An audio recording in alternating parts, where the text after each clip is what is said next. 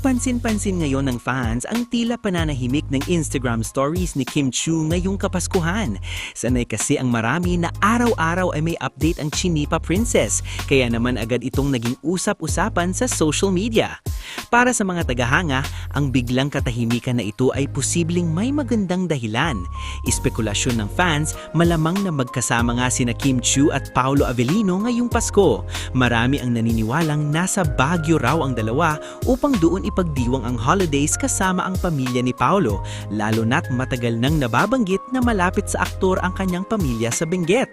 May ilan din namang nagsasabi na baka nasa ibang bansa ang rumored couple kung saan mas malaya raw silang makakakilos nang hindi napapansin ng publiko.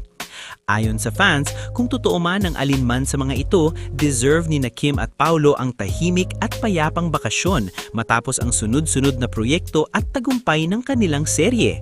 Bagamat puro espekulasyon pa lamang ang lahat, patuloy pa ring umaasa ang Kim Pao supporters na masilayan kahit isang simpleng update o larawan na magpapatunay na masaya at ligtas ang dalawa ngayong Kapaskuhan.